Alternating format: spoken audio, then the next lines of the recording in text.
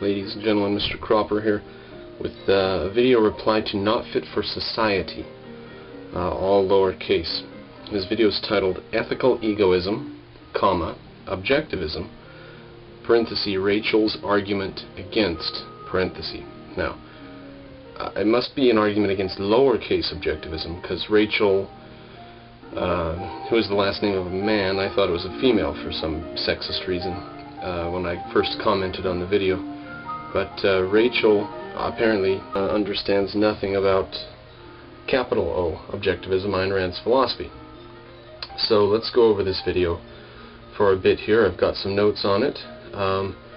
Now the book is by James Rachels and Stuart Rachels, or the second edition is by Stuart Rachels or something. I don't get that. And Not Fit for Society mentions psychological egoism. Now he says that he wanted to go over ethical egoism in the class he was taking, but they went over psychological egoism instead. So I'm going to pause on that for a minute, because I seriously doubt that what he got in university, or what anyone gets in university under the title psychological egoism, is worth the time it takes to study it. Psychological egoism is the argument that you do for yourself, in a sort of selfish, egoistic, self-motivated, self-centered way, what you think is for your betterment or your good. Now, that's different than other types of ethical egoism, because, for example, if you think that it's for your benefit to go to church and pray, and, you know, if you take Pascal's wager and you go on the side where you believe in God, you think that's for your benefit, so you did it selfishly, so you're a psychological egoist. You're religious, you pray, you believe in God, and you're a psychological egoist. Now that's a very bad misunderstanding. That's what it is. It's a package deal that people today don't understand. And here's the sentence that'll straighten it out for you if you're tangled up on this. Ayn Rand, well, let's do one more quick example. Ayn Rand untangles it for us. One more quick example. If you think that stepping in front of a bus is for your benefit, then you did that selfishly or self-centeredly. You step in front of a bus and die, you thought it was for your benefit because you're psychologically motivated for yourself in that case. Now, Ayn Rand says that the motivation for an action does not change the nature of the action. Okay? The action itself, in temporal reality, is what it is and has the consequences it has, with complete disregard for your motivation. Why you did it, your psychological motive, is completely irrelevant to the actual nature of the act. Now, there might be some way that you could stretch that a bit with the law and say that the reason he murdered, you know, his motive for murder and stuff. But we're talking about ethics and just going out and acting in reality and doing things.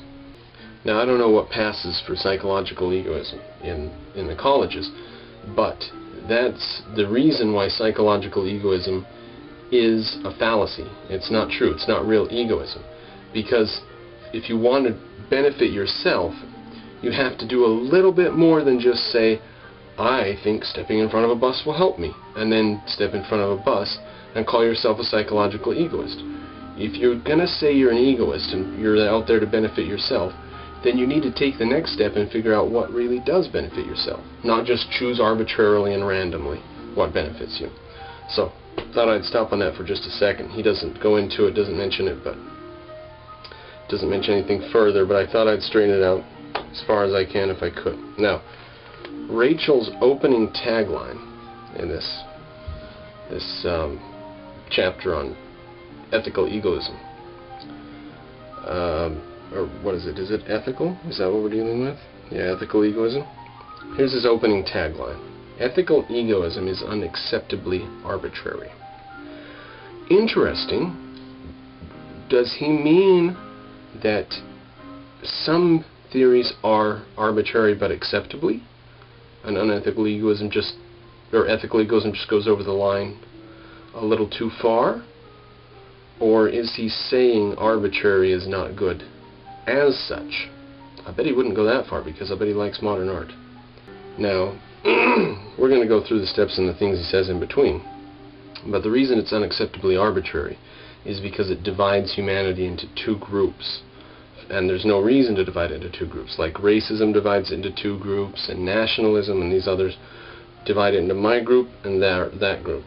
And egoism divides it into the two groups of me and the rest of the world. Now, me alone, I am not a group by myself. But I don't know if he cares about that quirk in his argument.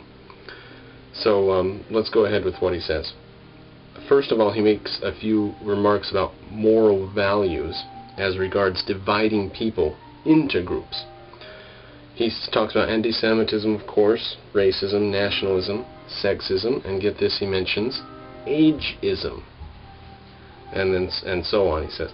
Then Rachel's groups racists, religionists, religious fundamentalists, and nationalists together. Now, a nationalist is what? Somebody who says my country counts for more. Like someone who's racist says my race counts for more. Now, can we group those things together? Is there a time when racism is valid? I don't think so. I think it's just a form of collectivism, sweeping judgment. Is there a time when nationalism is acceptable, when you say my nation's better than yours and I'm willing to use guns to prove it? I think so. So you see the kind of package dealing that these academicians are into. You go into academia and they've got these package deals. 10 for $1. You can get deals like this that put... and now I'm not saying nationalism's always good, am I?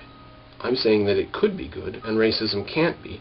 And linking them together and saying that nationalism's always bad is a way to get kids and people in college and stuff to say, well, if you're believing that your nation's better than other nations, you're like a racist. It's package dealing, and this is where the corruption of the idea of racism comes from. It's people like this. So he just dismisses the more fundamental motives of these different things, religious nationalists and so on, religious fundamentalists and nationalists. Sloppy. Sloppy for someone writing a textbook. Now, get this next bit. Get this. Quote, can such views be defended? He asks about racism, nationalism, religious fundamentalism. People who accept such views usually don't care to give arguments. What? What? Where did he get that? Actually, these people do usually give arguments. It's usually equivocation, and it's usually done a little bit better and more persuasively than how Rachel's is working here. Now, Rachel's is part of the left-wing, academic, socialist milieu, and, you know, the multiculturalist, tolerant bunch. They're against sexism, they're against ageism, okay? And so he's posing as tolerant. And he says about all these other people and all their views that they're dedicated to, he says they don't even offer arguments for their views. But then he continues, let's assume they did. What could they say? Supposing they did try to offer arguments, what could they say? Now he brings in, or he doesn't bring it in, now he begins a huge exercise on equivocation. He says, quote, there is a general principle which stands in the way of any such justification, you know, to justify any of these racism, etc. It is called the principle of equal treatment. Treating people equally. Now, I guess the reason he rephrased the golden rule that way was because the golden rule doesn't have the word equal in it. And everybody knows that equality is what we all want, right? In fact, they even want to cap the pay of people higher up in society so that we're more equal with them too. That's just what Russia did. Why shouldn't we try it?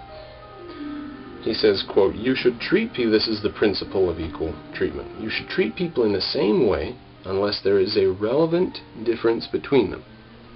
End quote.